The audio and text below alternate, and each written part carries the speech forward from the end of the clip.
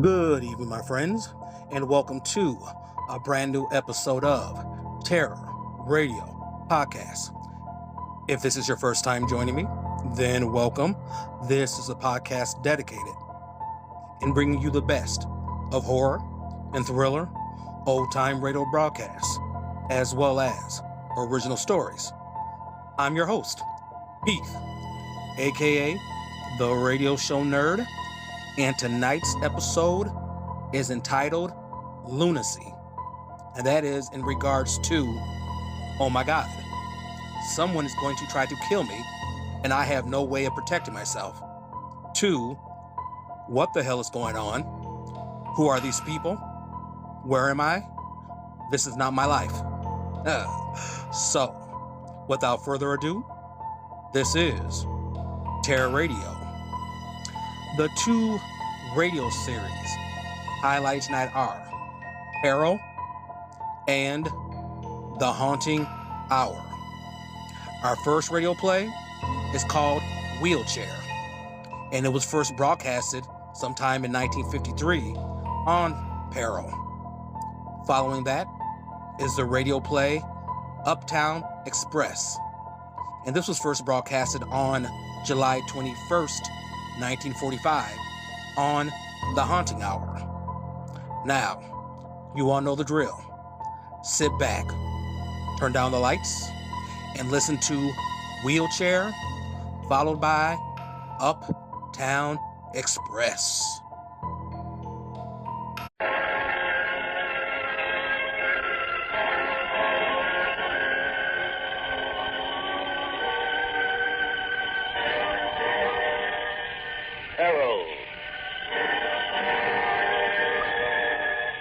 Stories of suspense.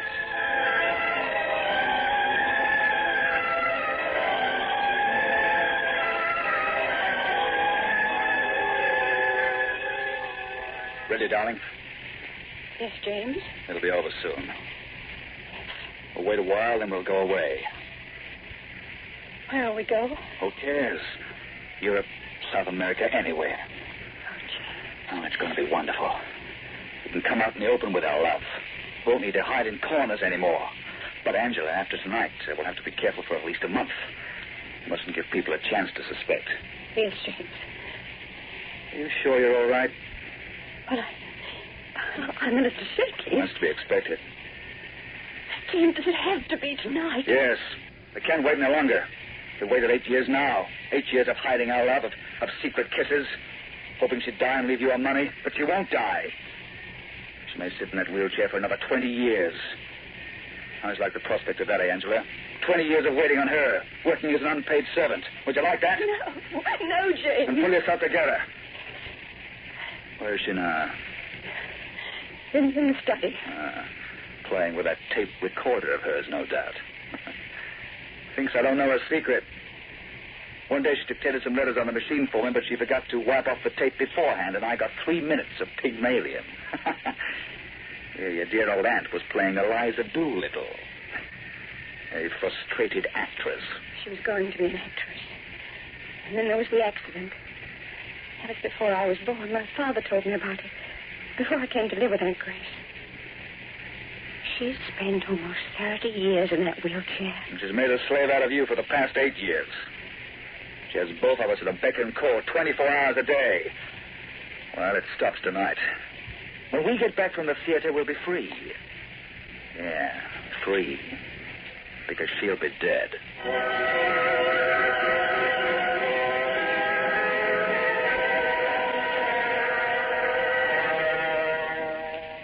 We'll be back in just a minute to tell you more of tonight's story, Wheelchair.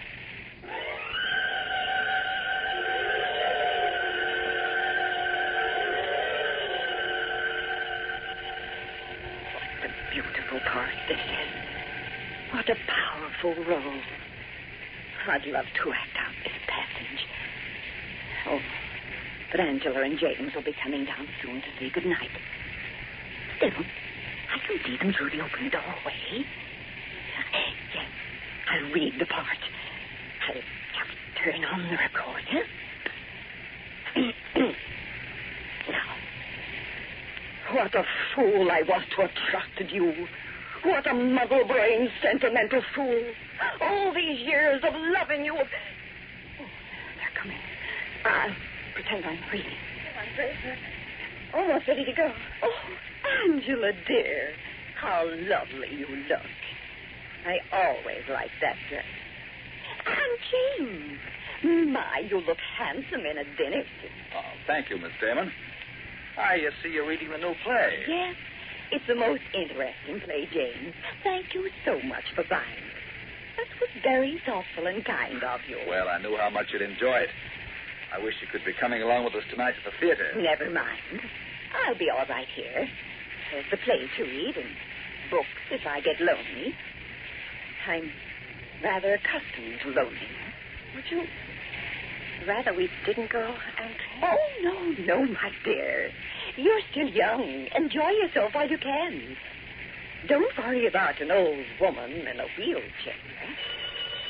Oh, the telephone. I'll get it, Andrea. No. I like to answer the phone myself. I may be in a wheelchair, but I'm not helpless. You stay here.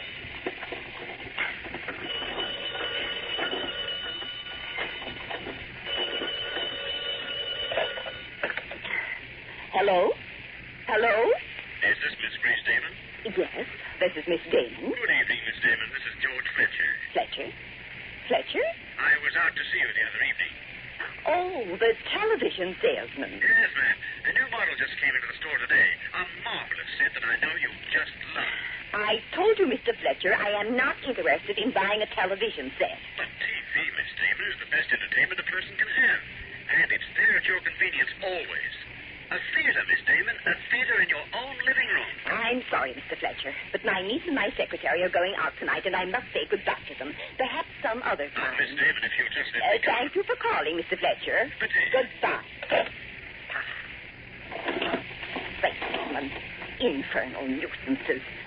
Think that if they bother you enough, you'll buy what they're selling, just to get rid of them. What's wrong, Aunt Grace? Oh, a salesman on the phone. There's nothing irritates me as much as a salesman. As if I didn't have enough to worry me. Staying alone in this big house, miles from the main road. Perhaps we shouldn't be going to the theater. Nonsense, Angela. Luann wants to enjoy yourself, don't you, Miss Damon? Oh, of course. Don't mind me, my dear. I'm just a lonely, sick old lady who likes to have people around. Well, we'll be back early. I'll be asleep. I'll have to sleep in the wheelchair, though, because there'll be no one to help me get into my bed. I suppose it'll be all right. I don't mind being awakened, though it's often very difficult for me to get back to sleep again. Still, I don't want to interfere with your entertainment, Angela. Come, Angela, we better leave. The curtain goes up at 7:45. Come on. Yes, James. Good night, Aunt Grace. Good night, Angela. Good night, Miss Damon. Did you send those letters out, James? Yes, I did this afternoon. All of them? I typed the last one before you had your nap. You signed it, remember? Oh, yes. So there's no reason why I shouldn't be going to the theater with Angela, is there? Oh, no, none at all. I don't want to stop you from having fun. Just because I have to remain here, confined to this wheelchair. Come on, Angela. Don't stay any longer than you have to. You know how frightened I get when I'm alone. Be back at 11:30 sharp. And the door. Don't forget to lock the door. All right. Good night, Aunt Grace.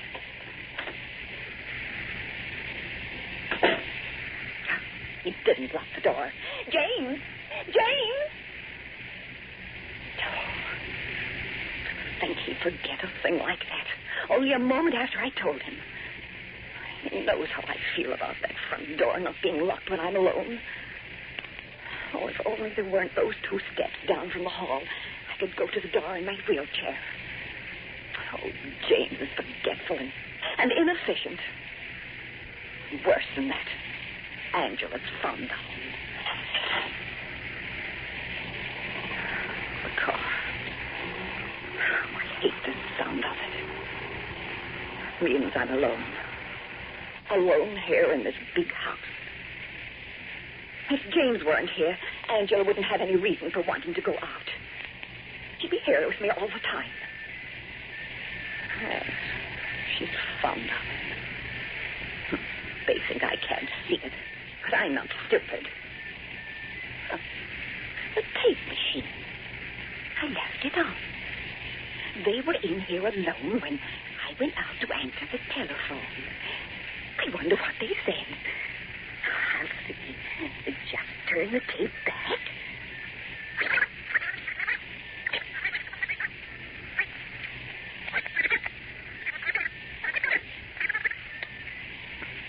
Now, I'll see what they said.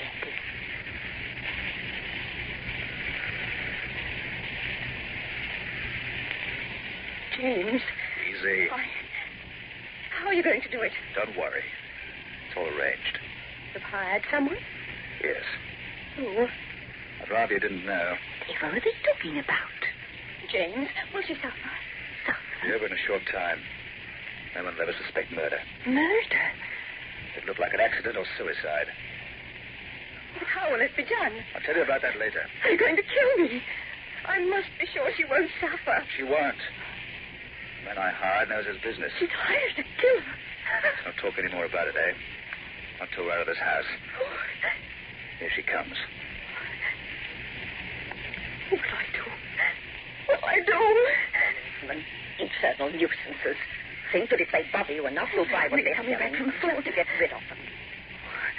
I'm going to be murdered. And I don't know how. I'm all alone here and helpless. The telephone. There's still the telephone.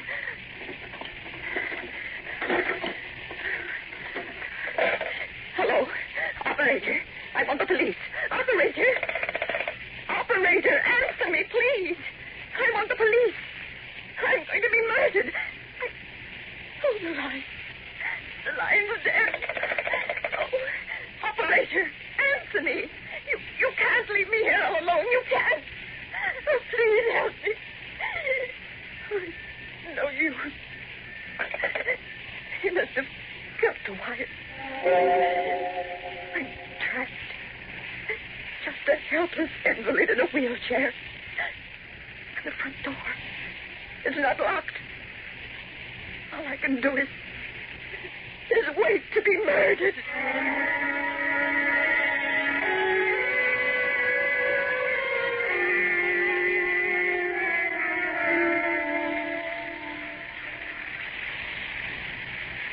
I'm frightened, James.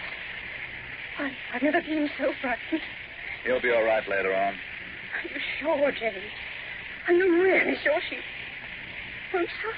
Look, how many times do I have to tell you it'll be over in a matter of seconds? Anyhow, why should you worry about her, eh? Oh. Never concerned herself with your happiness. I just don't like to think that she'll suffer. Well, she won't suffer. It'll be over very quickly. And the police? According to your aunt's doctor, she has a weak heart. It looked like she went to sleep in the chair and was smothered by the pillow. Stop it, Jesus. Oh, no. Not your strength. Angela, get hold of yourself, will you? Remember, a month ago you said you couldn't live with her any longer. You said it was driving you mad. Well, look at it this way, will you? Imagine yourself 15 or even 10 years from now.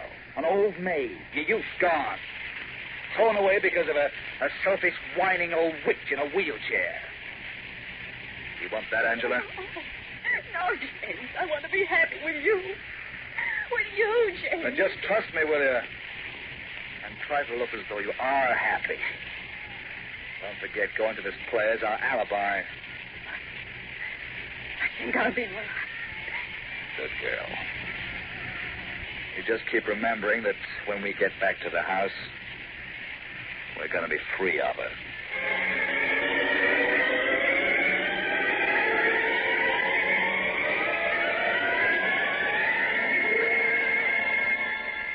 In just a moment, we return to our story, Wheelchair.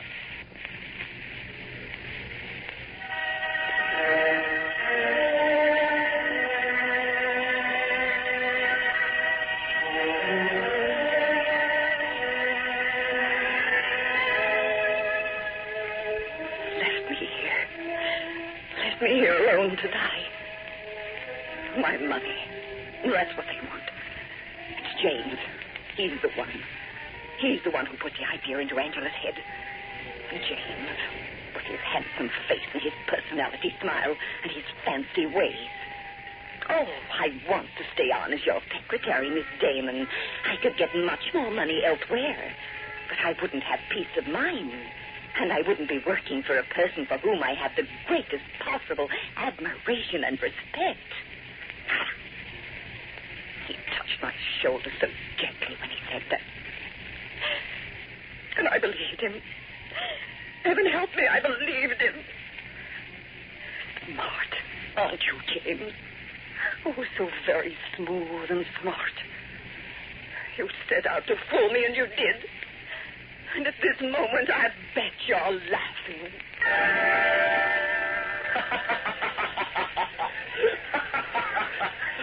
Oh, boy. That was one of the finest first acts I've ever seen. Angela. Yes, James. For the love of heaven, get that wired look off your face. I'm sorry. This is the interval between two acts of a comedy. A comedy, Angela? Yes, James. Jay. Oh, here's a bit of luck. One of my friends. They'll have our alibi. Just smile, will you? Hello, John. Well, it's been a long time since I've seen you in town. Yes, I've been rather busy. Too busy to give us a ring. Hello, Lois.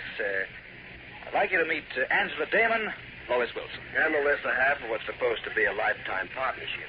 I'm John. How do you do? You're doing well for yourself, James. Never better.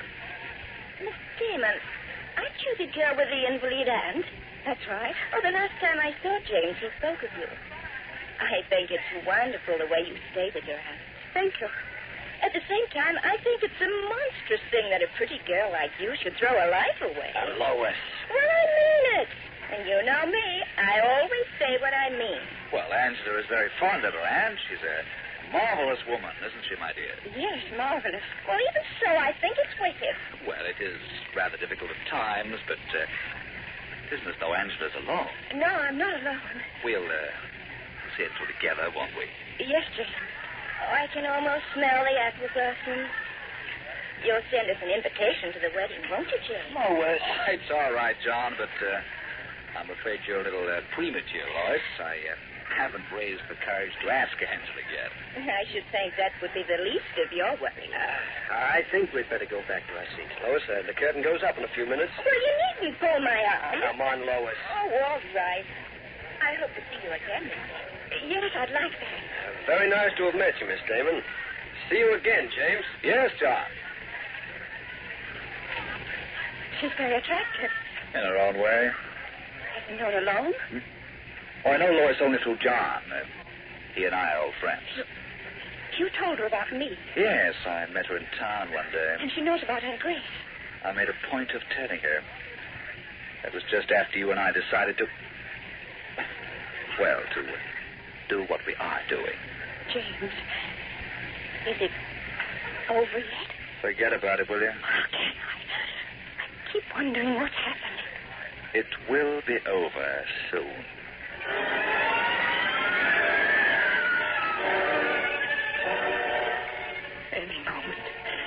Any moment he'll come into this house.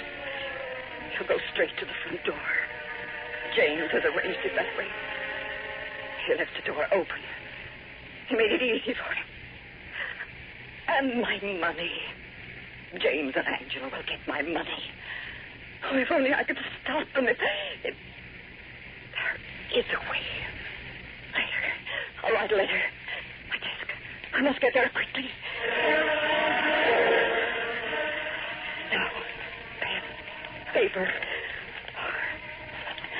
To whom it may concern. My niece, Angela Damon, and my secretary, James Winthrop, plan to have me murdered tonight. They will try to make it look like an accident.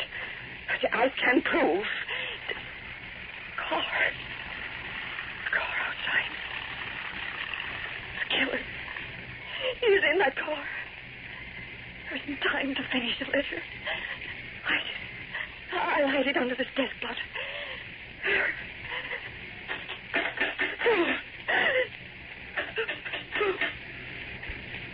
Don't come in. Please don't come in. I heaven, stop him. Stop him from coming in.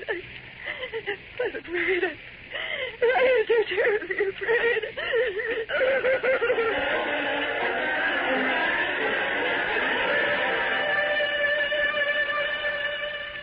We'll be back in a minute to peril in our story, Wheelchair.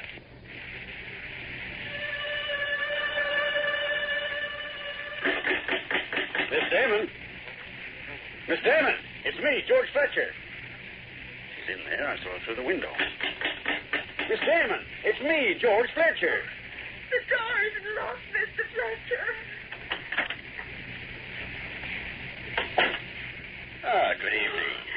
Oh, Mr. Fletcher, when I heard your voice... Say, what's the matter? Oh, I was so afraid. So afraid. Did you think I was a burglar or something? Oh, much worse. Well, what can be worse than that?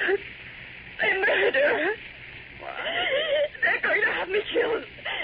They have it all planned. They want to get rid of me for my money. Now, you don't want to go imagining things? It's not my imagination. I have proof. Proof? Yes. I heard them. Them? My niece Angela and my secretary, James. Are you certain of this? Oh, please believe me. I heard them. You see... You better call the police, huh? No. The phone. They even cut the phone wire. You're right. The killer may come at any minute. You see, they went to the theater. I'm supposed to be dead before they return. It's almost 11. Please, carry me to your car. Take me away from here. There's no need to worry. But the killer... I have a gun. You see, carrying expensive television sets in my car is a temptation to criminals. So the police gave me a license for this pistol. You'll protect me. Please, you won't be sorry. I won't let anyone else come in here. Oh, thank you. I'm so glad you came, Mr. Fletcher. Glad enough to buy a TV set? No, I'll buy any amount of them from you. Fine. If the killer comes in, don't let him trick you. Use your gun. Don't ask questions. Sure. Oh, James and Angela will get the surprise of their lives when they see me. No, I won't need the letter now. I'll be alive to accuse them, to tell the police. What's this about a letter? I was writing a letter when I heard your car. There wasn't time to finish it, so I went... Where'd you put the letter? My desk, under the blotter. I'll get it. Oh, but we won't need it now. You never can tell. Here it is. If the police saw this, it'd be very bad for the two of them. They thought they were so clever. I'll just put this in my pocket. It ought to be worth something to your niece and Winthrop later on. Oh. What do you mean? Well, you see, I'm not really a television salesman, Miss Damon. What? Let me fix those pillows behind you. Stay away from me. Don't stop. You're the man. Yeah. Don't touch me. It won't hurt if you don't stop.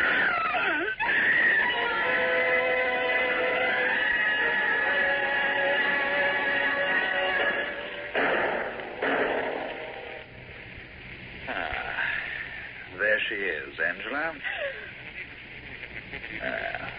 Looks just as though she's sleeping. She's better off this way. What good was she in that wheelchair anyway? Look at her, Angela. I can't look at her. You're going to look at her. I can't. You must. When you've got used to the fact that she's dead, and only till then, I'll contact the police. Murder? Oh, no. Extermination. She was no good to herself, and she was keeping us from finding our happiness. But nothing will stop us now, Angela. Nothing. 1 month of waiting, satisfy the police and the busybodies, and then we can get married. You'll never stop loving me, James. It's the only strength I've got. I won't, my darling, I won't. Are you all right now? I think so. Good. I'll just fix that phone wire, and then I'll get the police.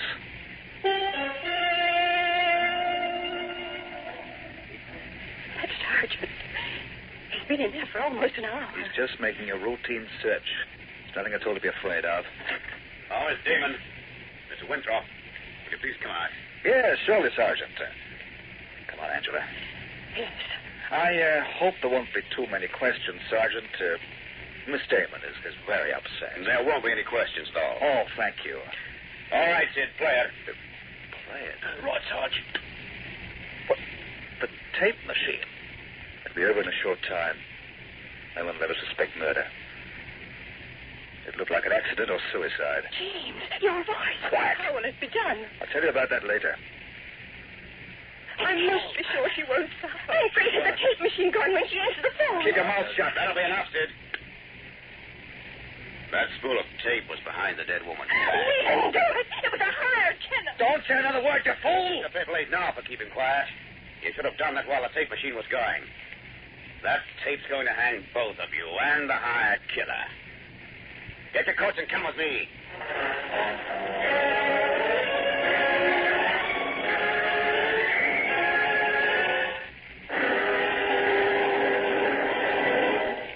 And that concludes tonight's peril story, Wheelchair.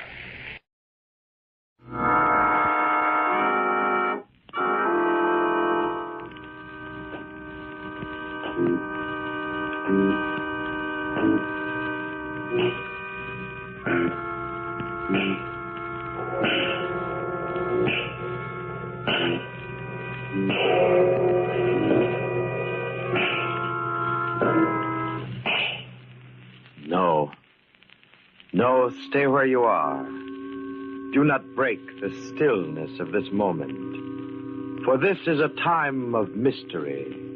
A time when imagination is free and moves forward swiftly, silently.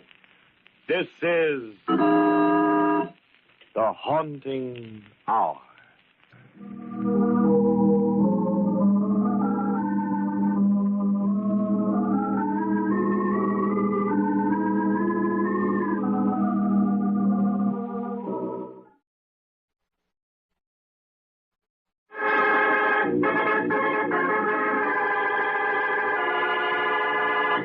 The Uptown Express.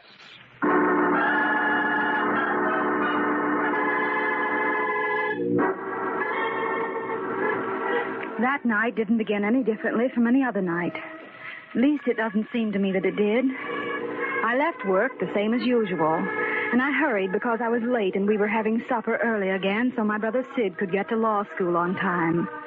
I walked down to Broadway and 42nd Street and into the Uptown subway, just the way I always did. I got on, pushed my way in with the crowd. There was an empty seat, and I took it. A girl in front of me was hanging onto the strap. In the other hand, she held the evening paper. I remember looking at it and reading the weather forecast. Fair and somewhat milder, it said. And I thought, tomorrow I can wear my light coat. I was tired. I was awfully tired. I leaned my head back for a minute and closed my eyes. And then... Tired, baby? I sat bolt upright. I'll make you some coffee when we get home. That'll fix you up. What was he talking about? When we get home? I looked at him. There was something I was trying desperately to remember, but I couldn't. He was in his early 30s, dark and very good looking, but his eyes were hard and his lips were drawn back into a tight little smile. The hand clinging to my arm was large and powerful. The girl in front of me was still holding onto the strap with that paper clutched tightly in one hand. He leaned forward a little so he could see it better. Cloudy with probable thunder showers. Now, wouldn't you think we've had enough rain for 1 week? Rain? But the paper had said fair. Fair and somewhat milder. I looked at it again myself. And he was right. Then I knew I was really frightened. The date on that paper was February 21st, 1950.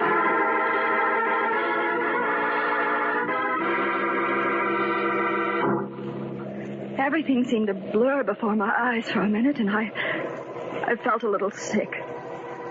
I looked down and saw a wedding band on my left hand. A simple gold wedding band that hadn't been there 5 minutes before. It was almost as if I half expected to see it there. If the date on that paper was right, if this really were 1950, then something told me that this man, this stranger sitting beside me, was my husband. And somewhere, somehow, on that Uptown Express, I'd lost 5 years of my life. Come on, Lindy. We get off here. We walked up the stairs and out into the street. It was raining. It hadn't been raining before. We'll have to make a run for it. It's raining pretty hard. We started to run down a long, dark street I'd never seen before. Then we turned into a narrow entrance into a dingy apartment building. We shut the rain outside, and we were alone. Never mind your key. I have mine right here. Oh, wait a minute. I think there's some mail. I looked at the name on the box. Vincent. Mr. and Mrs. John Vincent. Johnny and Linda Vincent. That was us. Oh, this is rich. Look what it is. A political circular. Sidney Damon for district attorney. Fearless, courageous.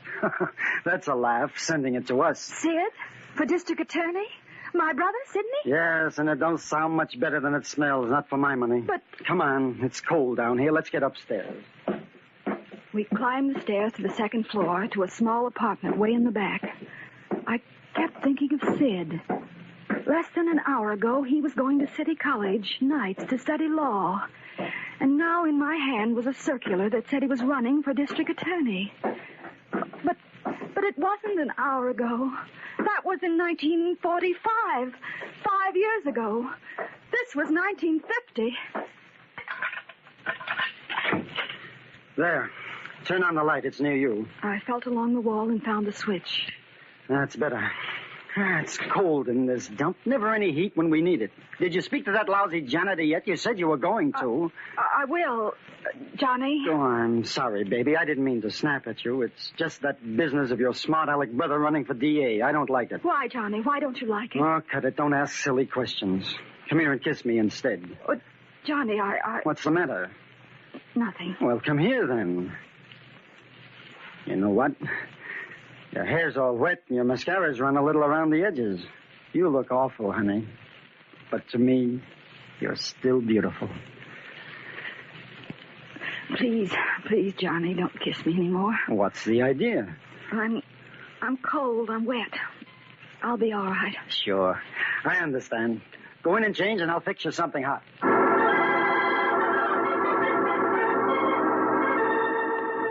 I went into the bedroom.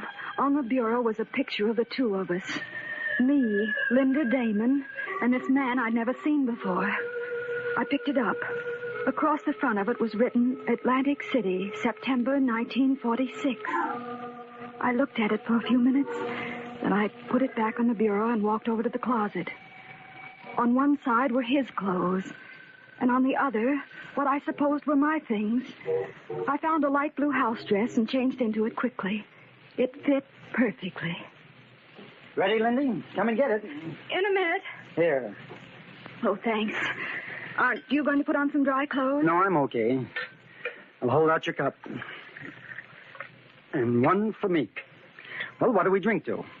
Even if it's only coffee, we have to drink to something. Well, what we always drink to, Johnny. All right, darling.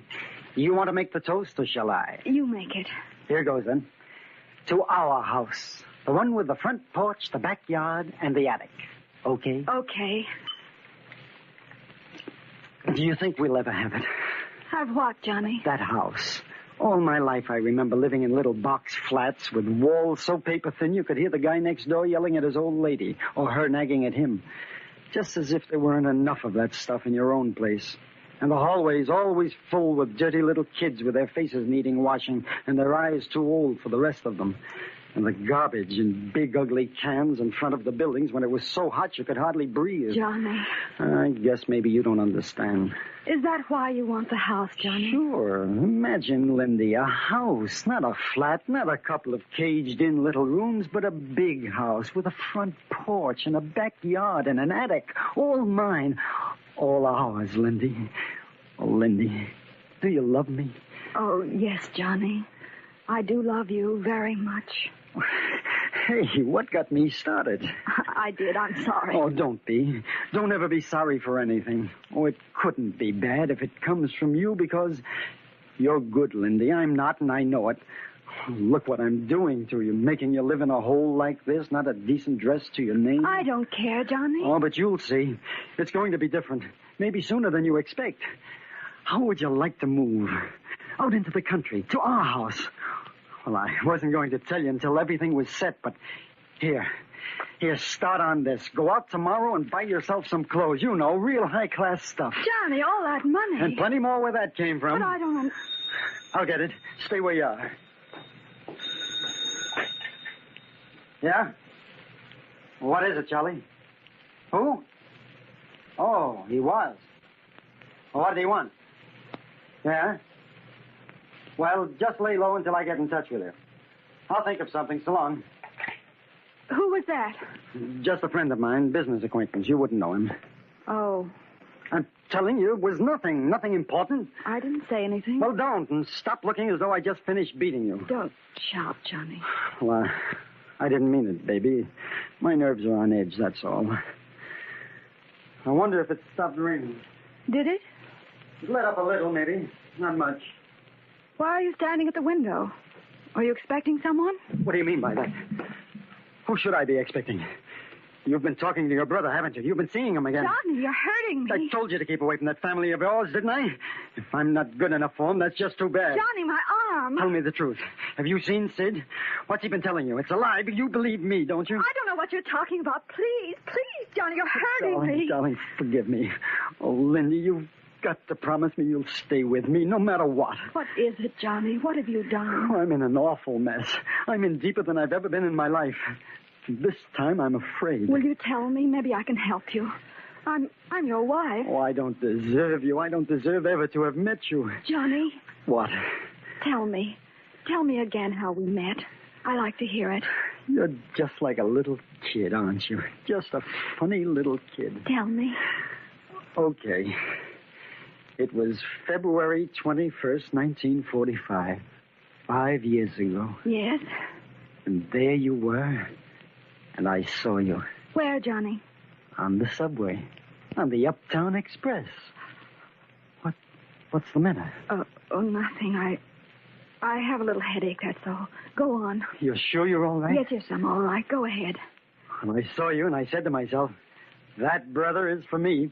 Mm-hmm. Then I made up my mind I was going to meet you. And then what did you do? I said, pardon me, miss, am I on the right train for 86th Street? And what did I say? And you said, no, you'll have to change it to the local at 72nd. Then we started to talk. Just as easy as that? Just as easy as that. I think you wanted to meet me, too. Who's that? Oh, I don't know. I'll open it. Linda. What? Stay where you are. Don't answer that. Who is it? Johnny, what are you doing with that gun? Who is it? Me, Sidney. Wait a minute. Your big shot brother. Sid? Yeah. I guess I won't need this gun. Here, put it on the table. Sid. Listen, Lindy, carefully. I was with you last Monday night. That's all you know. That's your story, and you'd better stick to it. Remember.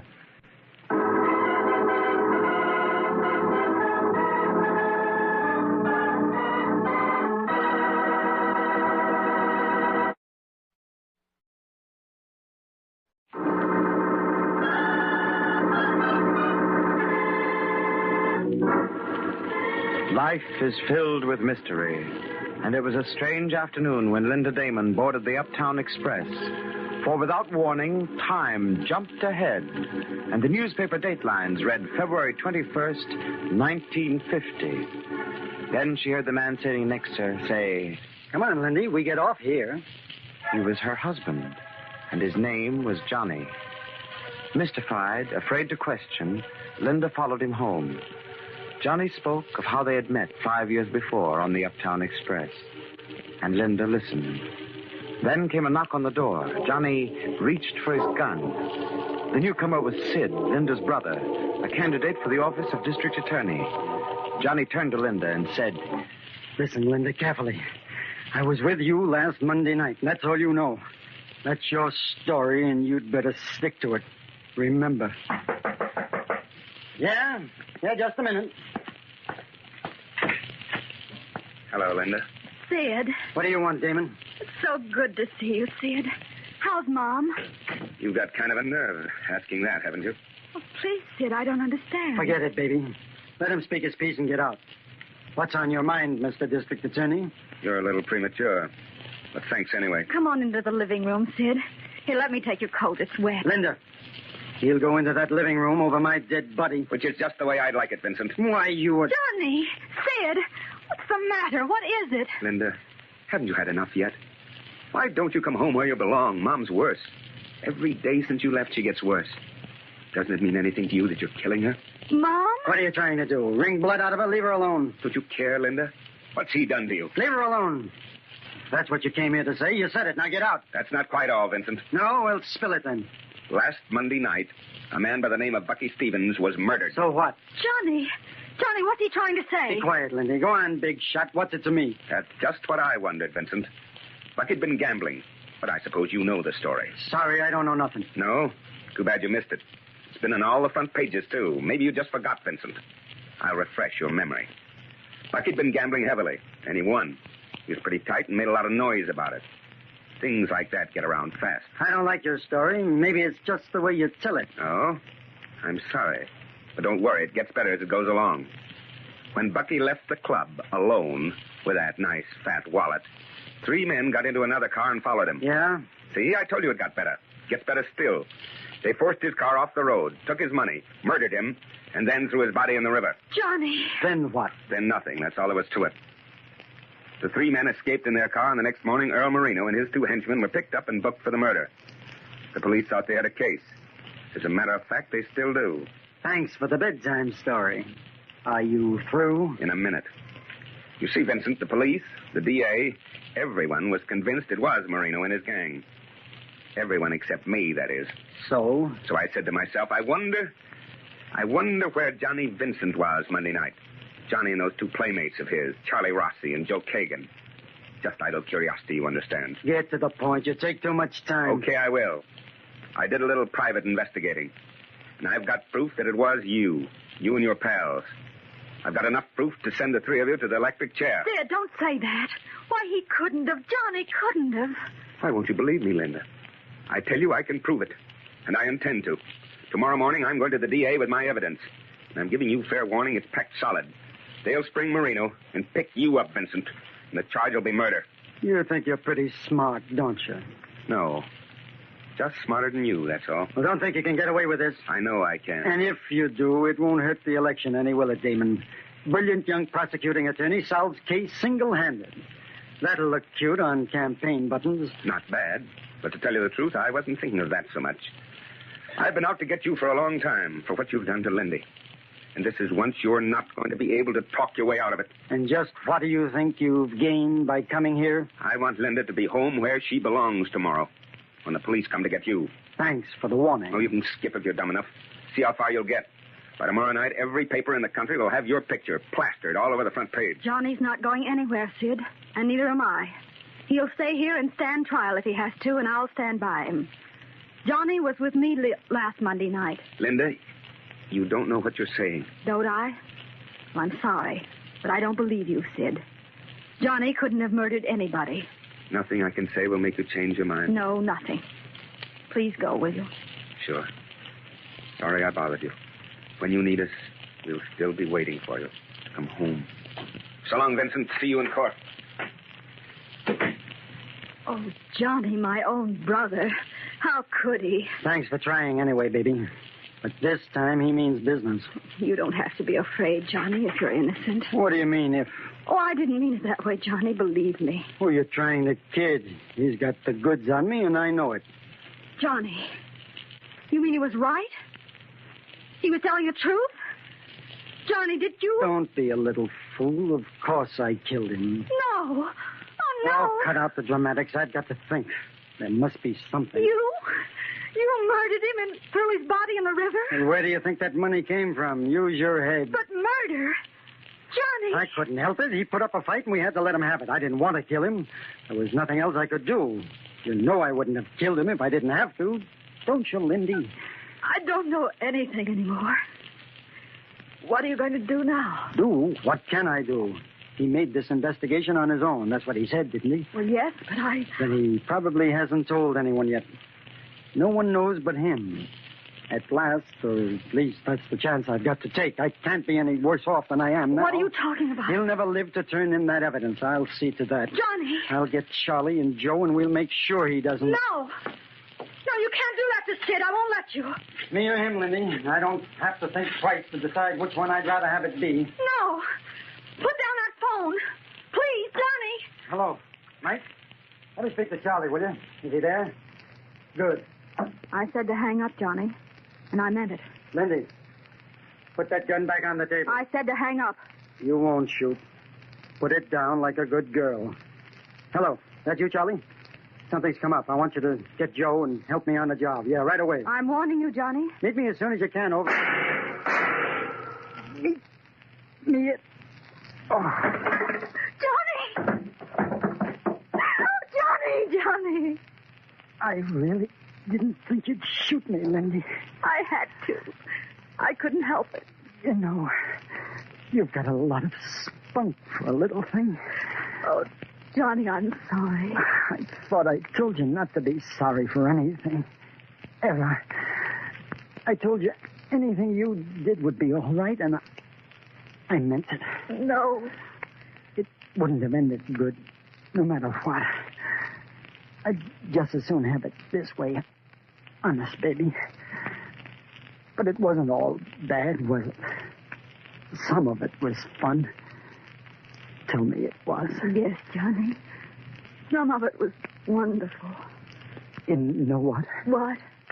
I guess maybe I never was meant to have a house with a front porch, a backyard, and Johnny!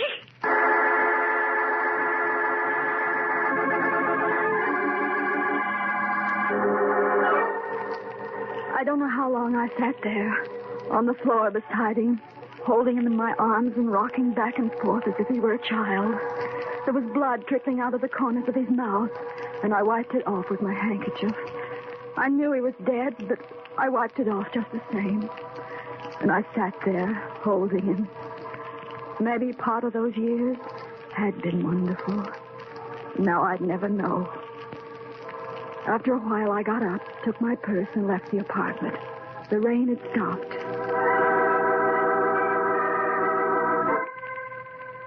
I started to walk, found myself running instead, running down that narrow little street. I didn't know where I was going. I just ran. The subway station was at the corner, and I went into that. I thought maybe I'd try and find my way home again, back to Mom and Sid. Then I'd be all right. I tried not to think of Johnny. Johnny lying dead where I'd left him in a little pool of blood. I dropped a nickel in a slot, and a minute later the train came roaring out of the tunnel. I'm sure I didn't know what I was doing. I just got on and sat down. The car was almost empty. I was tired all over. I leaned back and closed my eyes. When I opened them again, the train was crowded with people, and I hadn't remembered stopping to let them on. Suddenly, I wasn't quite so tired anymore. I sat up straight and looked around. A girl in front of me was hanging onto the strap, and in the other hand, she held an evening paper. I remember looking at it and reading the weather forecast. Fair and somewhat milder. I held my breath. Was it possible? It took every bit of courage I had to force myself to look at the date. And the date was February 21st, 1945. I can't explain how I felt then. I wanted to laugh, but to cry. I wanted to turn to the stranger sitting beside me and say, "Listen, mister, it was a dream. I just imagined it. I didn't kill anybody. This is still 1945, and I'm going home for supper." I did turn, and And then I froze. I froze with such terror as I've never known before and will never know again. For the man sitting next to me was... Pardon me, miss. Am I on the right train for 86th Street? Well, no, you'll have to, that is... I'm sorry, I don't know. I'm afraid you'll have to ask someone else. You see, this is my stop, and I'm getting off.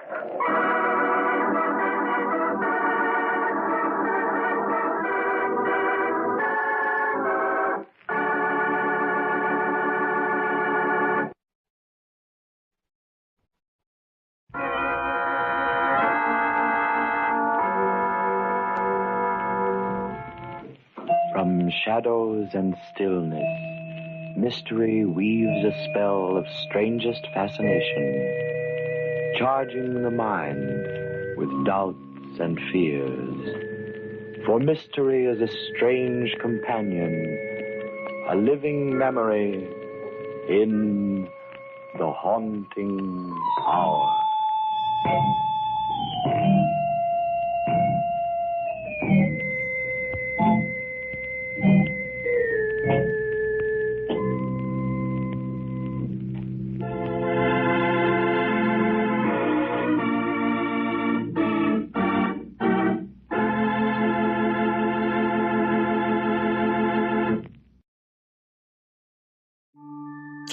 Well, that's our show for tonight.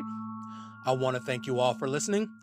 And remember, you can find me on Facebook at facebook.com/terror1970, or you can find me on Instagram at Radio Show Nerd, or on Blueskye at Terror Radio.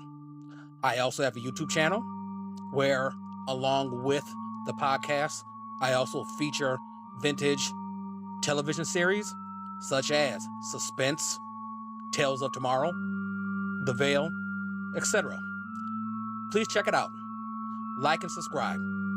Share the videos. It would be highly appreciated. Again, this is your host, Keith, better known as the Radio Show Nerd, signing off.